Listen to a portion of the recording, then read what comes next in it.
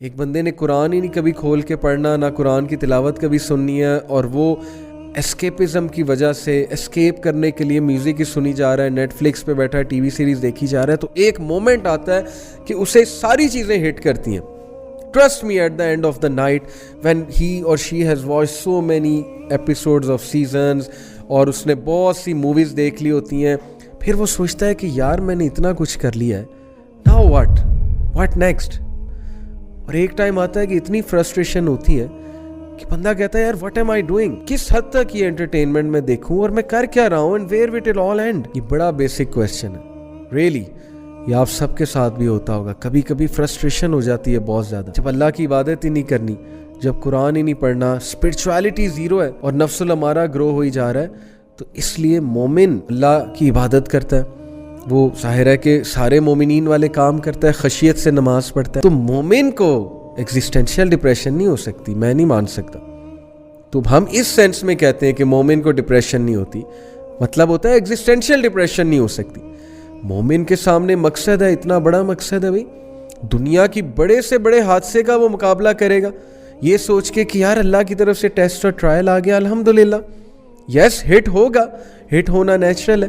صحابہ کہتے ہیں کہ اللہ کے نبی صلی اللہ علیہ وسلم، حضرت خدیجہ رضی اللہ عنہا کی جب وفات ہوئی، اللہ کے نبی did not smile for months.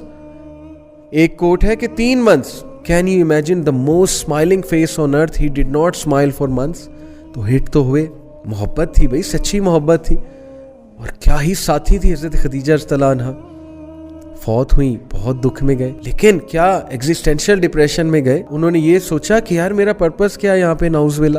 اللہ کے نبی صلی اللہ علیہ وسلم ہے، امپاورڈ ہے، تو کیا ہی اللہ کے نبی صلی اللہ علیہ وسلم کا ایمان تھا اور کیا ہی ان کی پرسنالٹی تھی صلی اللہ علیہ وسلم.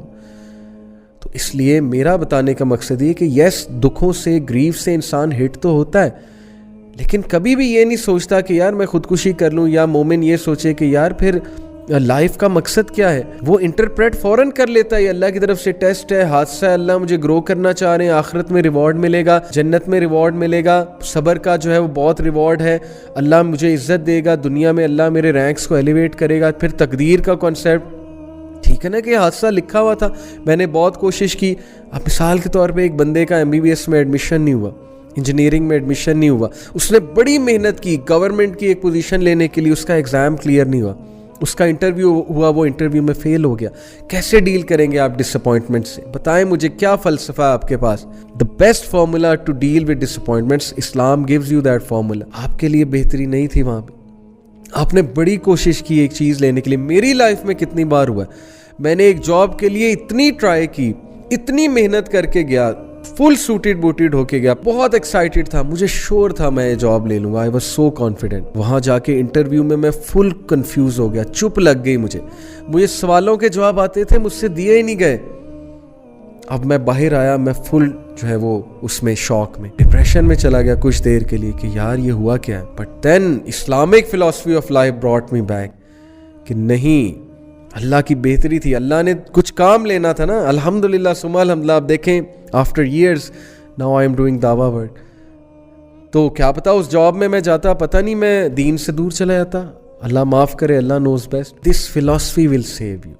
شکر کریں آپ مسلمان ہیں، شکر کریں اللہ تعالیٰ نے آپ کو اسلام کی نعمت سے نوازا ہے، اس زندگی کے فلسفے سے نوازا ہے جو آپ کو ہمیشہ دنیا کی مشکلات کو فیس کرنا سکھائے گا. اور انشاءاللہ آپ کو جب بھی لائف ہٹ کرے گی اور گھٹنے کے بل جو ہے وہ گرا دے گی، تو تب that is the time you will prostrate and then you will get up, you will rise like a مومن، you will rise like a warrior.